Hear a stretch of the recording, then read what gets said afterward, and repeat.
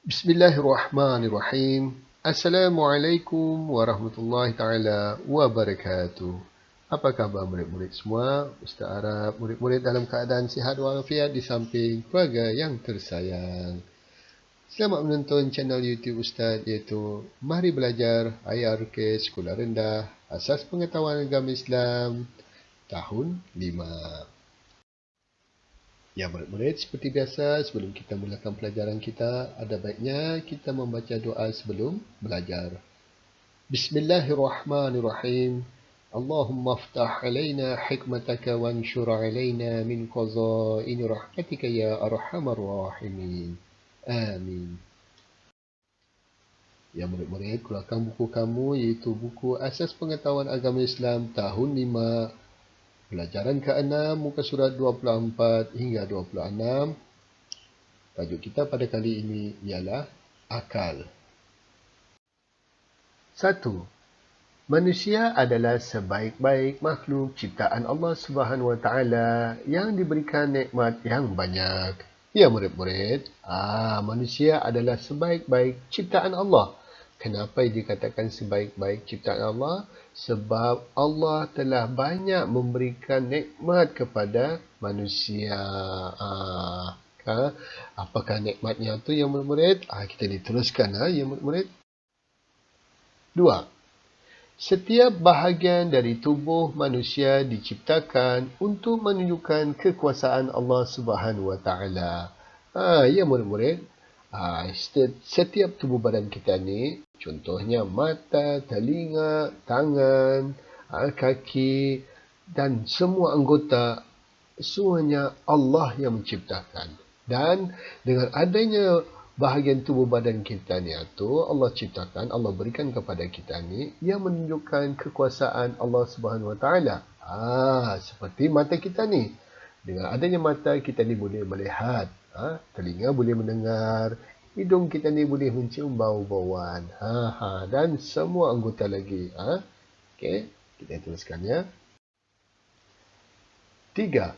Antara nikmat terbesar yang dikurniakan oleh Allah Subhanahu Wa Taala kepada manusia ialah akal. Ya murid-murid, nikmat yang paling besar yang Allah berikan kepada manusia ialah akal. Kenapa akal ya murid-murid? Sebab akal, dengan adanya akal inilah manusia boleh berfikir mana yang baik, mana yang buruk.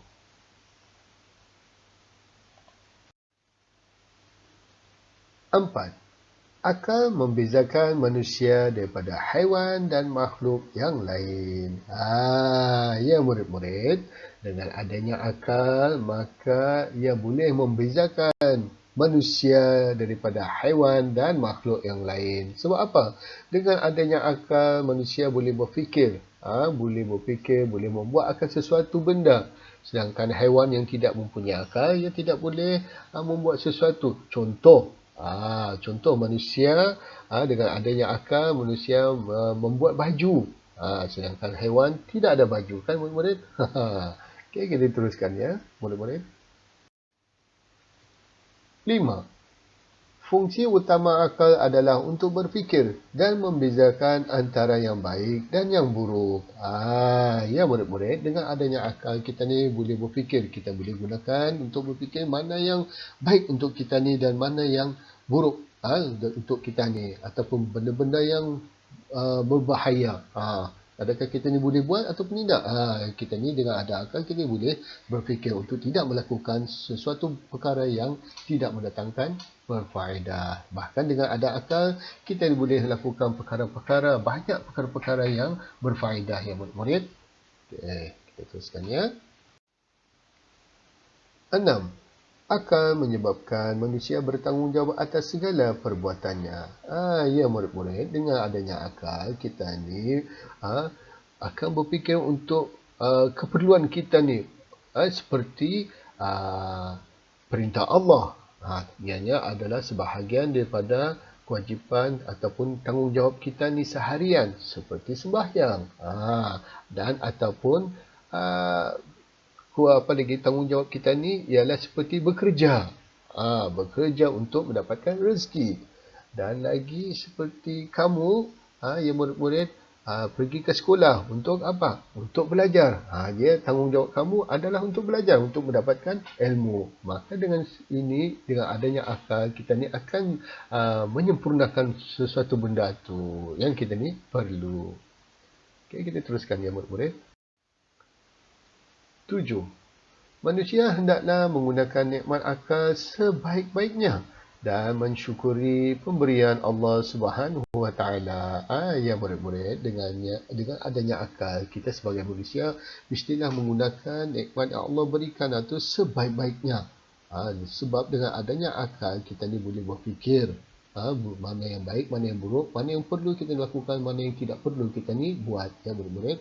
Dengan itu kita mesti mensyukuri pemberian Allah Subhanahu wa taala. Sebabnya akal ini Allah yang memberi. Tajuk seterusnya iaitu peranan akal.